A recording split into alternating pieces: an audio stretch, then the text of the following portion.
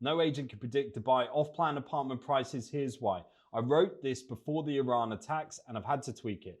Dubai has had crashes before, oversupply and global shocks like the 2008 banking crisis and COVID.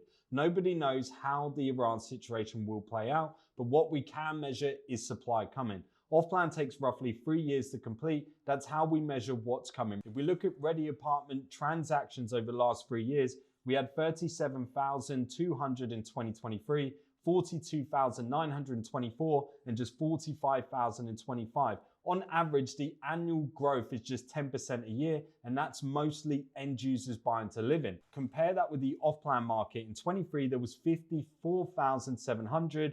By 24, it was 94,700, an increase of 65% in 1 year. And then we had 122,500 in 2025. That's an increase of 30%. Off-plan apartment transactions have had an average annual growth rate of 47%, and 95% of them are investors wanting to sell or rent at handover. Investor demand growing 5 times faster than end users is a red flag. The planning policy is not strict in Dubai compared to Europe. Plots can come with permission to build, and you can start work within a few months of buying an apartment plot. So supply here is based on the free market of what people can sell, raising risk levels for apartment investors. That might slow down a little, but I don't see that stopping because of Iran. Europe isn't safe. It's still safer walking the streets here. Western politics is too soft for many people. Unlike previous crashes where buyers held second homes, people actually live here a lot more now. The 2024 census showed 169,000 new residents.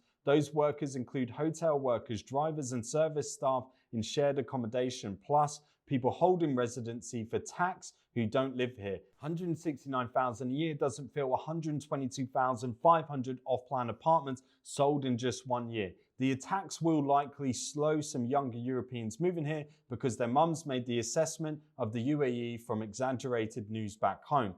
Tourism is at record highs with 19.5 million overnight visitors annually, many using short-term lets, but Dubai has more hotel rooms than London, with more coming. If tourist demand dips after the attacks, hotels will just drop their prices until they fill the rooms, and they will fill them. Tourism numbers won't collapse, but cheaper hotels will force short-term lets to reduce pricing, hurting rental returns for apartment investors. I own 3 off-plan villas in Abu Dhabi. I can afford an off-plan apartment in Dubai, but I won't buy one in the next 2 years. The complete market is better value and lower risk. That's why I never recommend a Dubai apartment launch as much as I would like to find one I can.